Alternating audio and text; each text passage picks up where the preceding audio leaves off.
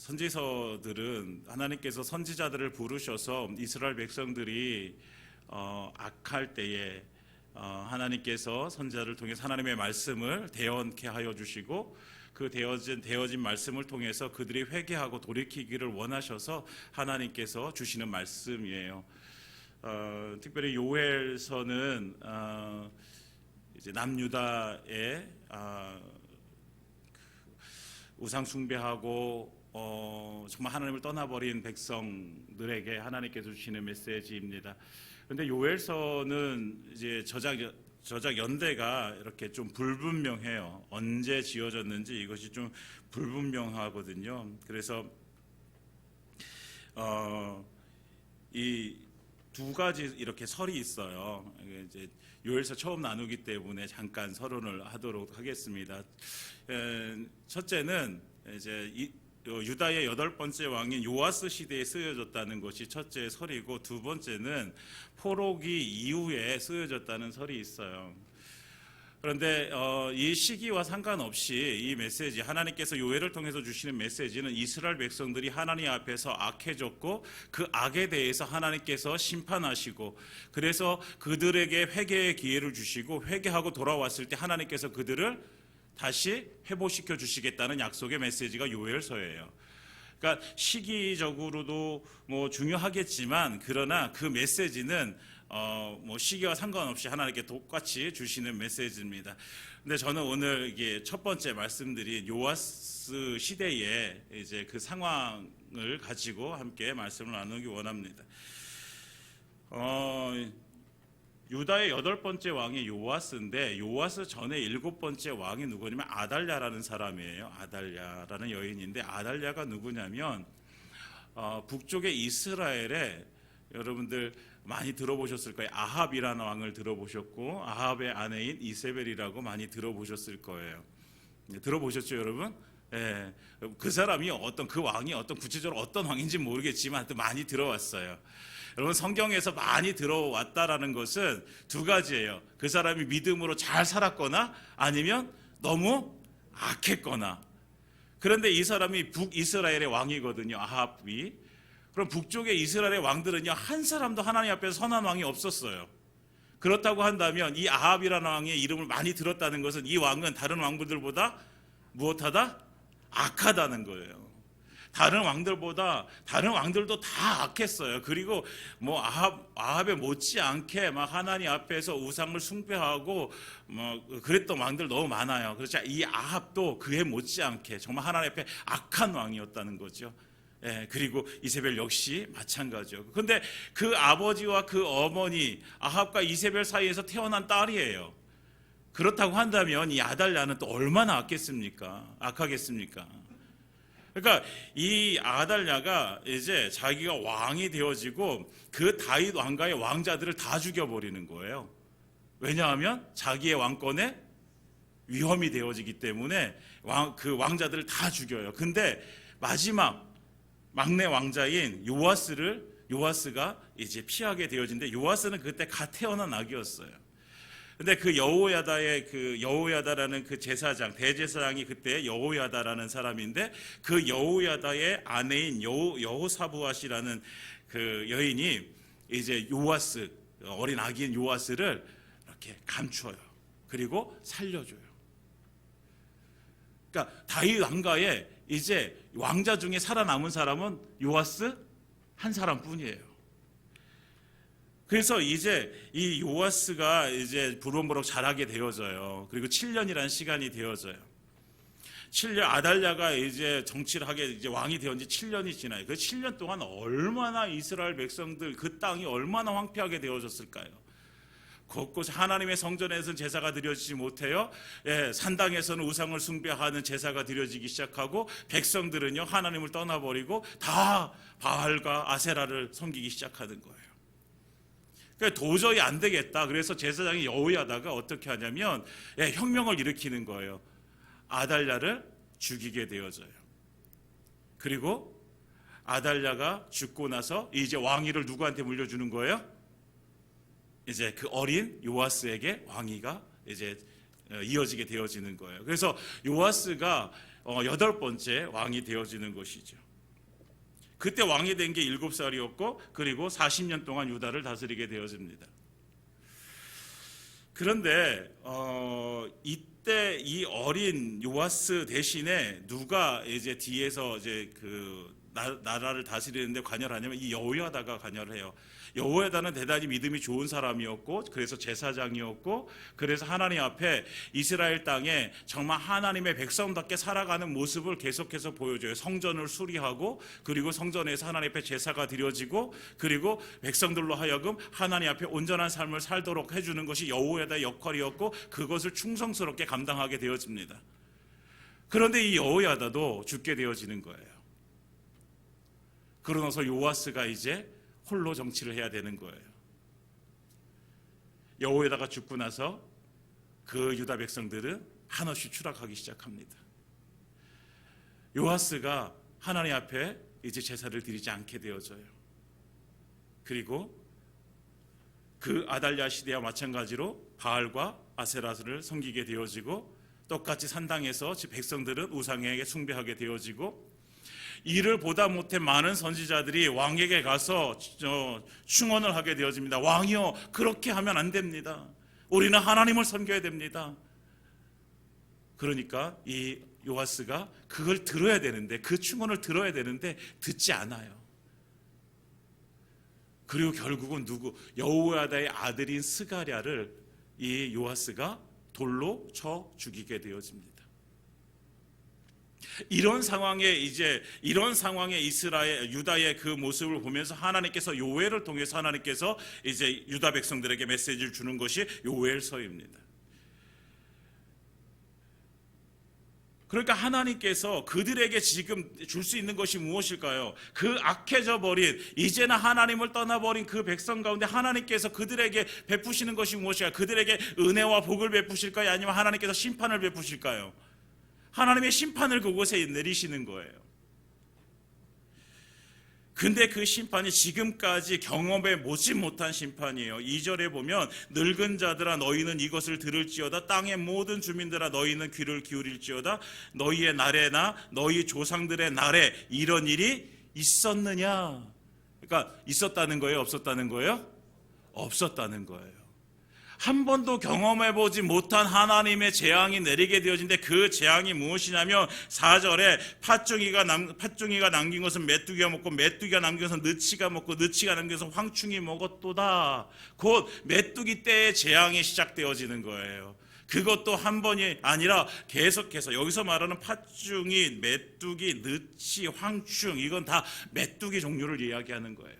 그러니까 한 번의 심판이 아니라 계속해서 팥죽이가 좀 먹고 남긴 것이 있었는데 그 남긴 것이라도 남아있으면 백성들이 먹고 살 텐데 근데 그것도 다시 메뚜기 떼가 와서 다시 먹어버려요. 그래도 조금 남았어요. 그것도 느치가 와서 또 먹어버려요. 또 조금 남았는데 그거 황충이 와서 또 먹어버려요. 남은 것이 없어요. 그러니까 지금까지 경험해보지 못한 그런 재해를 만나게 되어지는 거예요. 자연재해. 그런데 이 자연재해가 그냥 단순하게 자연재해가 아니라 요엘은 무엇이다? 하나님의 심판이라는 사실을 알려주는 거예요. 근데 요엘은 시작하자마자 하나님의 심판을 이야기하고 있어요. 그런데 무엇을 얘기하잖아요? 왜 유다 백성들이 왜 이런 심판을 받아야만 했는지에 대해서는 언급이 없어요. 언급이 없는 이유는 무엇이냐면 하나님의 심판이 임했을 때 그 심판을 받는 그들이 왜 심판을 받는지 그리고 이 책을 읽는 모든 독자들이 왜 이스라엘 백성들 가운데 왜 이런 심판이 내릴 수밖에 없었는지 다 이해하고 있다라는 거예요. 그러니까 그만큼 뭐 했다는 거예요? 유다 백성들이 악해진 거예요. 그 악함을 하나님께서는 이 메뚜기 때의 재앙을 통해서 하나님께서 심판하시는 거예요. 우상 숭배의 죄가 퍼져 있었고 그리고 하나님을 떠나버렸고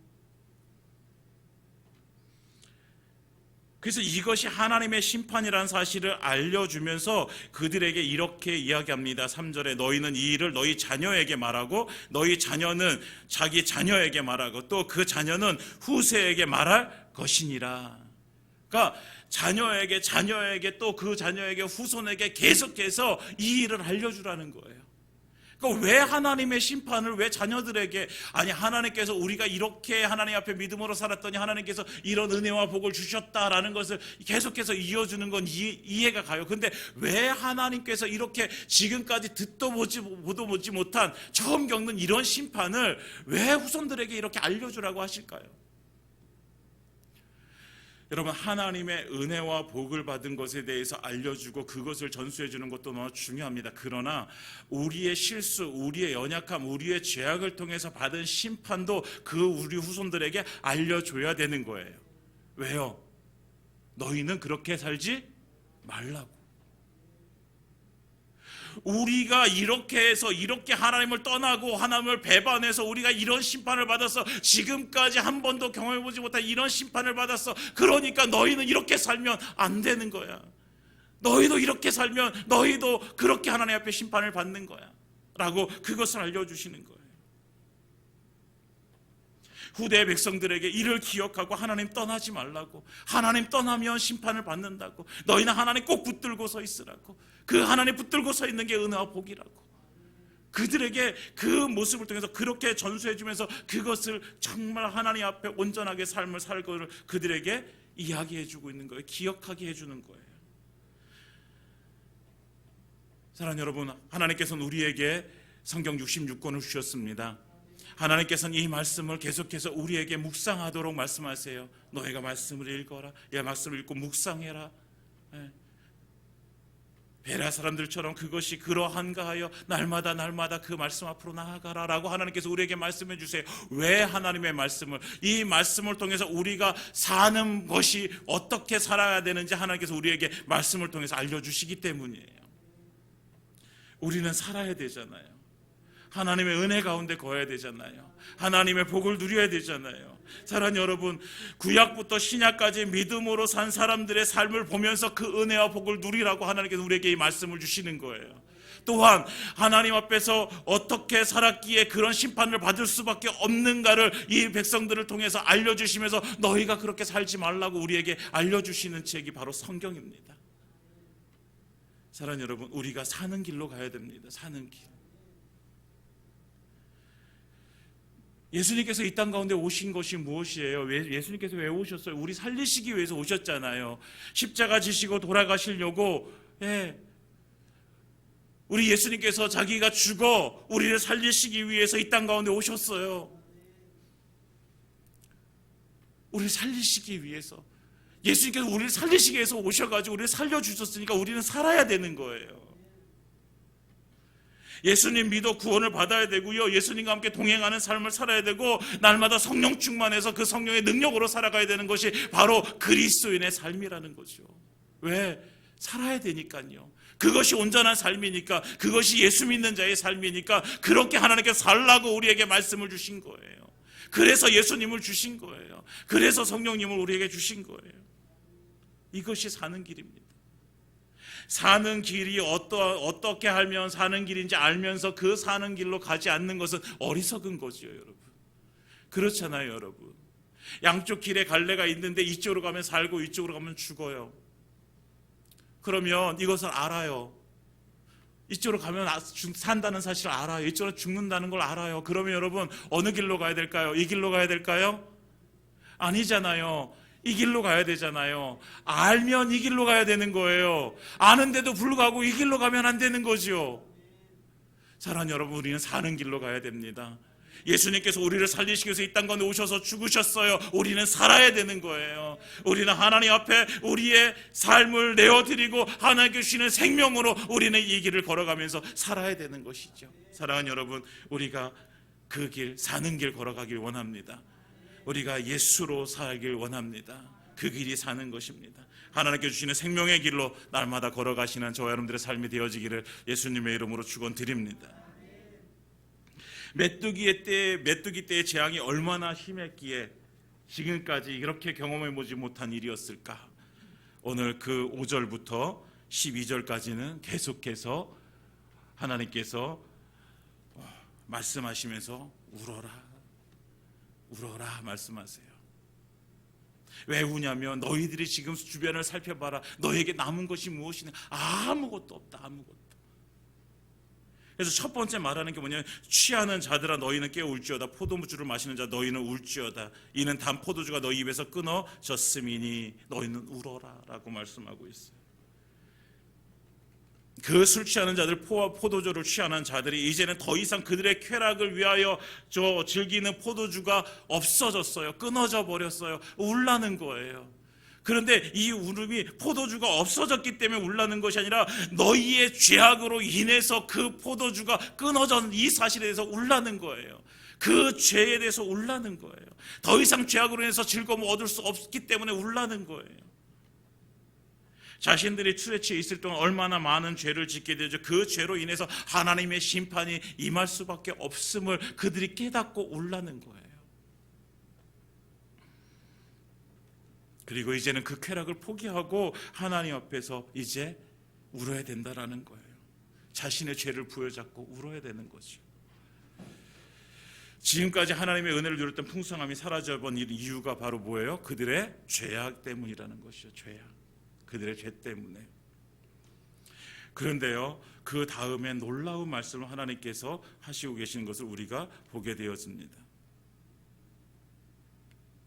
6절에 보면 다른 한 민족이 내 땅에 올라왔음이로다. 그러니까 이게 단순히 메뚜기의 재앙이 아니라 어떤 한 민족이 이제 이스라엘 유다 백성들에게 와서 유다 백성들에게 이제 힘듦과 어려움, 곤란함, 역경을 줄 것을 말씀하고 계신 거라는 사실을 우리 알게 되죠. 그런데 하나님께서 뭐라고 말씀하세요? 한 민족이 누구의 땅에?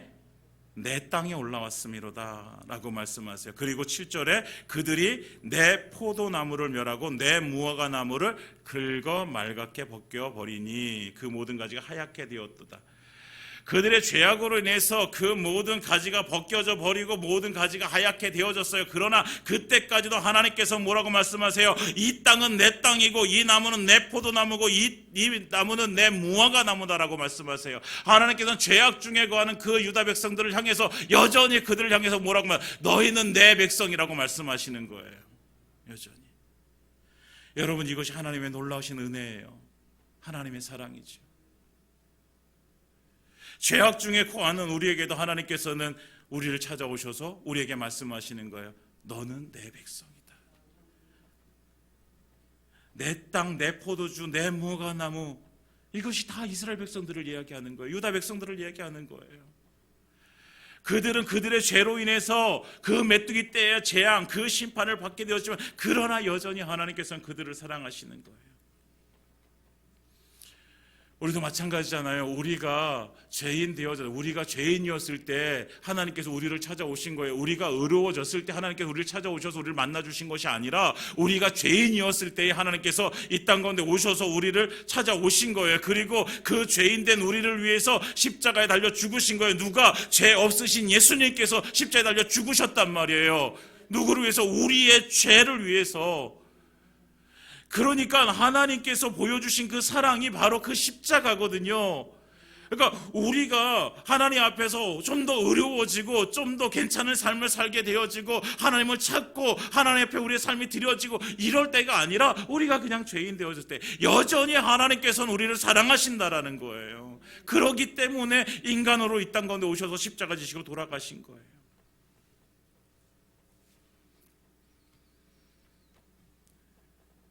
이제 우리가 그 죄악을 끊어버리고 하나님의 사랑 가운데로 나아가야 됩니다. 우리를 묶고 있었던 그 죄악을 이제는 끊어버리고 하나님의 사랑 앞으로, 그 십자가 앞으로 우리가 함께 나아가기를 소망합니다. 그리고 나서 하나님께서는 또 다른 사람들 누구에게 8절에 보면 너희 처녀가 어렸을 때 약혼한 남자로 말미암아 굵은 배로 동이고 애곡함 같이 할지어다. 그러니까 처녀가 약혼한 남자가 있었는데 그 약혼한 남자가 죽었어요. 그래서 굵은 배를 동이고 애곡하는 거예요. 그것처럼 너희는 뭐해라? 그것처럼 애곡해라. 얼마나 슬프고 얼마나 애통하겠습니까? 그 슬픔과 애통을 가지고 애곡하는 것처럼 지금 울어야 될 때라고 말씀하시는 거예요. 그리고 또 제사장들에게도 말씀하시는 거예요. 제사장들아, 너희가 지금 슬퍼하고 울어야 된다. 왜? 너희가 성전에서 드리는 소제와 전제가 이제는 더 이상 드려질 수가 없는 이 상황이 벌어졌기 때문에 너희는 울어야 된다라고 말씀하시는 거예요. 왜 소재와 전제가 없어져 버렸어요? 왜 끊어져 버렸어요? 소재와 전제는 그 곡식으로 드리는, 그리고 곡식을 통해서 그 포도나무에서 난 포도주를 통해서 하나님께 드리는 제사예요. 더 이상 그 땅에서 열매가 없어져 버렸어요. 그러니까 소재와 전제가 사라져 버린 거예요. 제사장들에게 울라고 하는 거예요. 밭이 황무해지고 토지가 마르고 곡식이 떨어지며 새 포도가 말르고 기름이 다하였다. 아무것도 없는 거예요. 아무것도 없는 그 땅을 바라보면서 그들이 해야 될 것이 뭐예요? 울어야 되는 거예요. 울어야지. 11절에도 농부들아 북구월에 포도원 가꾸는 자들아 곡할지어다. 왜 밀과 보리가 밭의 소산이 다 없어졌다. 포도나무 시들고 무화과 나무가 마르고 석류나무, 대추나무, 사과나무의 모든 나무가 다 시들었다. 사람의 즐거움이 다 말라버렸다. 아무것도. 그 아무것도 없는 그 땅이 누구를 보여주고 있는 거예요? 바로 유다 백성들을 보여주고 있는 거예요. 하나님을 떠나버린 그 유다 백성들은 이제 아무것도 남지 않은 인생이 되어진 거죠. 사랑하는 여러분, 우리 안에 하나님이 우리가 하나님을 떠나버린 우리는 아무것도 남지 않은 인생이 되어져 버립니다.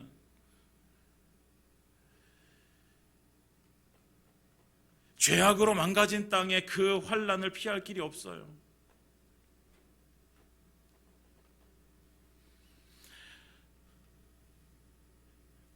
우리가 하나님을 떠나서 우리의 육신을 만족하기 위해서 살게 되어지는 것이 그때는 너무 좋아 보여, 즐거워 보여요. 내 육신 가운데 채우자, 또 채우자, 창고를 지어놓고 더 채우자, 더 채우자. 너무 즐거워 보이고요, 너무 행복해 보여요. 그렇지만 결국 하나님이 없는 인생은 아무것도 남지 않는다는 사실을 우리는 꼭 기억해야 됩니다. 우리의 곳간에 채워주시는 분은 하나님이십니다. 우리의 영혼 속을 우리의 영혼을 만족시켜 주시는 분은 우리 하나님이십니다. 이 세상의 어떤 것으로도 우리의 영혼을 만족시킬 수가 없어요. 우리의 영혼과 우리의 육신을 모두 다 만족시켜 주시고 채워 주시고 그곳에서 풍성케 하시는 분은 하나님이십니다. 세상은 절대로 우리에게 그 풍족함을 우리에게 줄 수가 없습니다. 그러니까 우리가 해야 될 것은 뭐예요? 결국 하나님의 그 구원의 은혜에 감사하고 날마다 하나님과 동행하는 삶을 살아가는 거예요. 그렇게 되어지면 지금 당장은 내가 아무것도 없는 인생 같지만 그러나 하나님께서 우리를 살리시고 채워주실 줄 믿습니다. 우리는 그 하나님을 바라보고 가는 거예요. 소생케 하시는 그 하나님의 은혜를 경험하게 되어지는 거예요. 사랑하는 여러분, 우리의 모습을 한번 봐보십시오. 우리가 지금 어떠한 상황입니까? 우리의 삶이 시들고 말라버렸습니까? 그렇다고 한다면 이제 다시 하나님께 울며 나아가야 됩니다. 우리가 지금 우리의 삶이 우리가 살아나고 있습니까? 우리의 영혼이 날마다 주님의 그 은혜 가운데 기쁨을 누리고 있습니까? 그렇다고 한다면 계속해서 하나님과 동행하는 삶을 살아야 됩니다. 사랑하는 여러분, 날마다 우리의 영혼과 육신을 채워주시고 우리 그 영혼과 육신 가운데 즐거움을 주시는 그 하나님의 은혜 가운데 거하시는 삶을 살아가시기를 예수님으로 축원드립니다.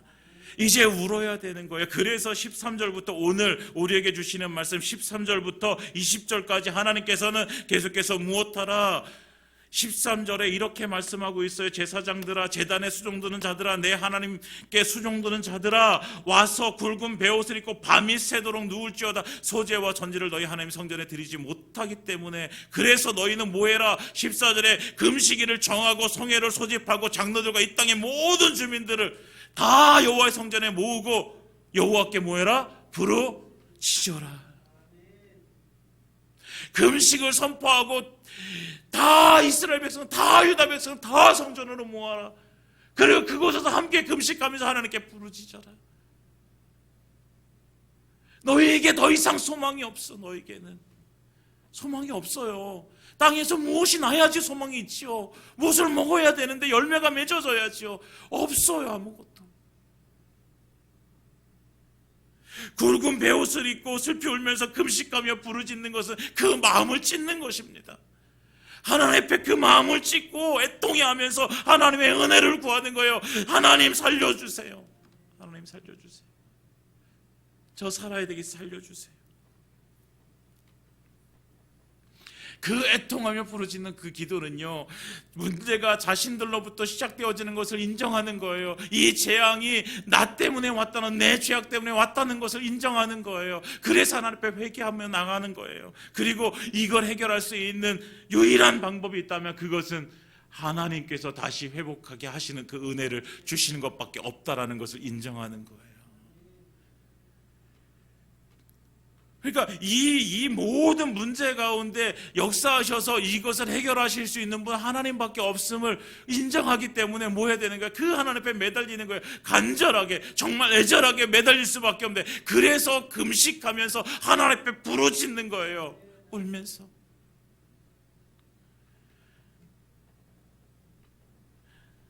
사랑하는 여러분, 우리에게 문제가 생겼을 때 우리는 그렇게 하나님 앞에 나아가야 됩니다. 아이, 문제 그냥 또 해결되어지겠지, 괜찮아지겠지가 아니라 정말 그 문제를 앞에 두고선 이 문제가 하나님께서 해결해 줄 수 있는 문제라는 사실을, 하나님께서 이 문제 가운데 역사하시면 하나님께서 완전하게 해결해 줄 수 있음을 믿고 그 하나님 앞에 나아가는 것입니다. 어떻게 해요? 정말 간절하게.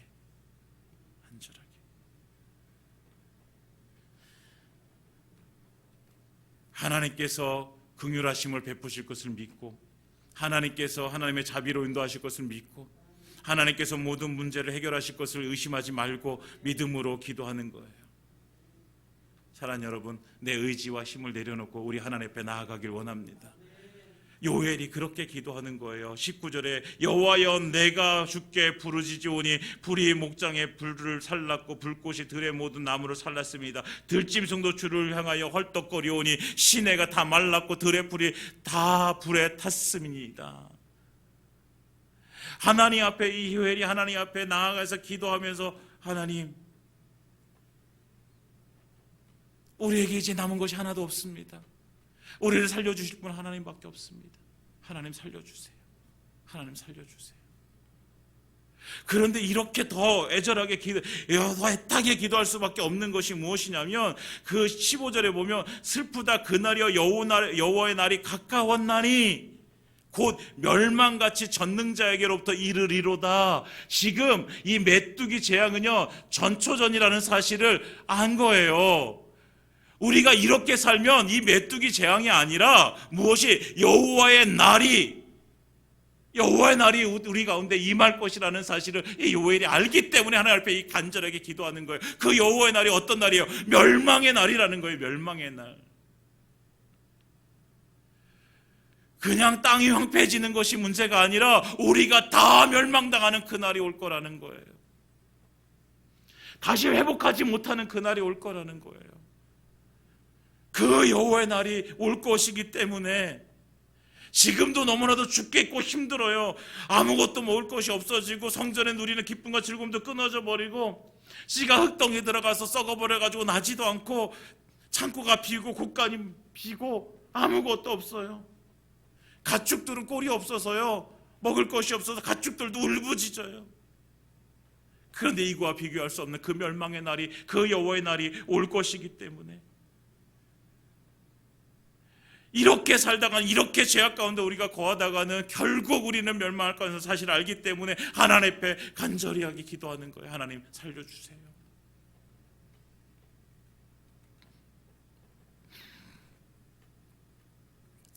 사랑하는 여러분, 우리의 되어지는 상황들을요, 우리의 눈이 아니라 우리의 영적인 시각으로 바라봐야 됩니다. 내가 내 삶 가운데 왜 이런 일이 벌어지는가? 내 삶 가운데 왜 이런 일이 일어나는가?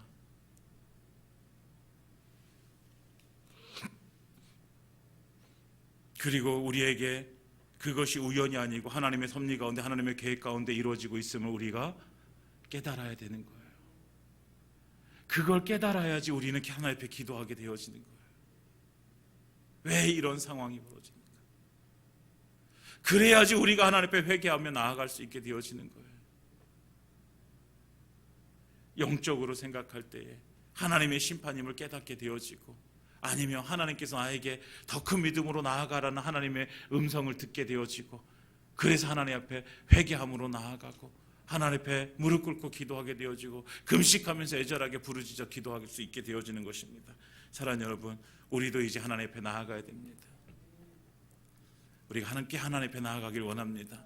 우리의 모든 상황 가운데서 역사하셔서 그것을 하나님께서 해결하시고 이루실 것을 믿고 우리는 하나님 앞에 무릎을 꿇어야 되겠습니다. 그래서 하나님께서 우리의 삶 가운데 역사하셔서 하나님께서 다시 회복시켜 주시는 그 은혜가 우리의 삶 가운데 이루어지기를 예수님의 이름으로 축원드립니다. 이제 말씀을 마치겠습니다. 인생 가운데 메뚜기 떼와 같은 재앙을 우리의 힘으로 도저히 안 되는 그런 문제를 우리가 만나게 되어질 때가 있어요. 그럴 때 하나님께서는 우리에게 오늘 말씀해 주시고 계신 거예요. 그때가 얼음 때예요.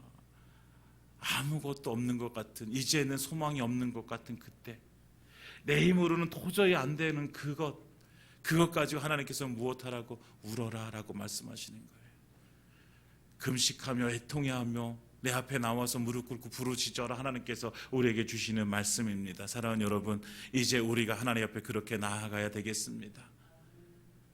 정말 우리의 아픔, 우리의 문제, 우리의 슬픔 다 가지고 하나님 앞에 나아가서 금식하며 울며 부르짖어 주님께서 주시는 그 회복의 은혜가 우리 가운데 이루어지기를 예수님의 이름으로 축원드립니다.